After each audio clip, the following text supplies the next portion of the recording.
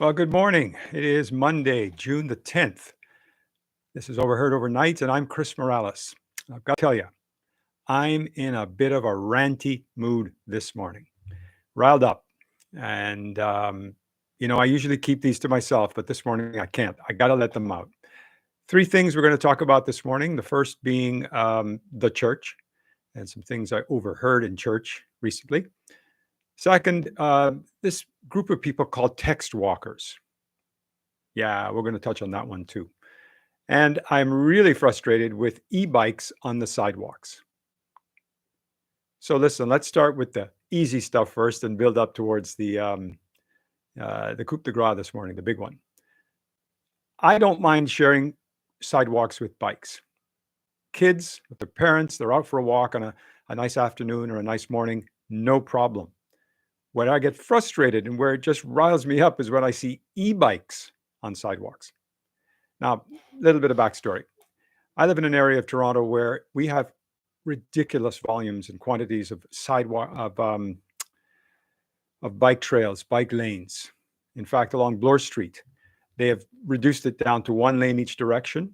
Parking is a mess. The bike lane is a mess, but the bikes get precedence. Okay, fine. I get it. I won't drive down there. I understand that. Up my street as well, bike lanes going 4 kilometers. Yet these e-bikes that can easily get up to speed of cars are coming up behind me and treating me as if I have a second right to be there. And they scare the crap out of you. And especially when you're walking a dog, right? Can you imagine what it's like with a kid? You're walking your child and some e-bike comes blasting up behind you. Come on, guys. Seriously. E-bikes on road in bike lanes. Now, my second is also road related. That is the issue of people who text and walk. Now, I must confess, I'm guilty of it. I do, however, try to just minimize the amount of time I spend texting while I'm walking. Well, yesterday had an experience coming down the highway. It's almost a highway, actually, main road from where we live. And I see the person coming up the sidewalk 10 paces from stepping off in front of my moving car. There's no right of way at this point for the pedestrian, but his head is buried in the text. I'm driving slowly. I'm slowing down to make the turn. Person looks up, walks directly into my path, slamming on the brakes. I have to try and stop, in other words, to miss this person. Again, I'm okay. You're doing something, you're multitasking, which is impossible. But anyway, you're doing something silly. You're walking into the road with your phone and your head down. But it's what he did afterwards that really got me riled up. He gave me the finger. At that point, of course, I'm past it and not able to do anything. I'm not going to stop the car and go after this person. Anyway, text walkers, please pay attention when you're walking. The third has a couple of stories to it. And boy, I tell you, I've been stressed about trying to figure out how to share this. First story happened a couple of weeks ago. Now I should back up again and tell you that I'm a regular churchgoer, have been for a couple of years now.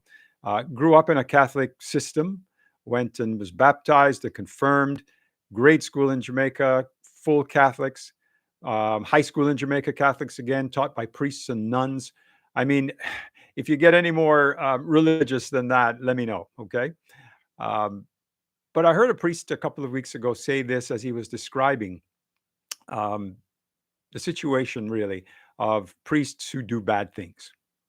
Some of the sins, if you will, that have been undergone by some of the priests. And what he basically said was, we're all human. We need to forgive. And I get that. I really do get that. But what really got me riled up was the fact that he said it so casually, as if he was trying to look for forgiveness for some future event. Thud. The second one actually happened yesterday, and it was around original sin. And here's how it went down. Adam and Eve, you know the story. Adam and Eve eat from the fruit from the forbidden tree and end Eden for the rest of us, right? For all time. God, of course, asked Adam the question, why did you eat fruit from the forbidden tree? I told you not to. And Adam's immediate response is, well, Eve made me do it. Huh. Okay. God goes and talks to Eve and he says, hey, I told you not to eat from that tree, but why'd you do it? And she, of course, says, well, I was confused. I was tricked. The serpent made me do it. And I'm listening to this and I'm going, where's the responsibility for your actions? The first one is the man blaming the woman. That's bad enough. Can you imagine any worse sin than that? And then the woman saying something else did it to me. These guys didn't take any responsibility. And so that got me riled up yesterday because, again, it was said with such a dogmatic approach, as if that's the way it is, that's the way it was, and that's the way it's going to be forever. We all have to shift the blame down. Okay. So to wrap it up this morning, here's what I'd like to suggest. Text walkers, stop. It's not that important. If you need to respond to something, stop walking. E-bikers, hey guys, just don't do it. Ride on the road. You're a motorized vehicle. Just don't do it. And for the big guys, the church, you know what, guys? You all need to think about a higher standard, living to a higher standard. You're different than us. You have a different level of understanding and appreciation of what it's necessary to be religious. We need you to step it up. So until next time, just do the right thing.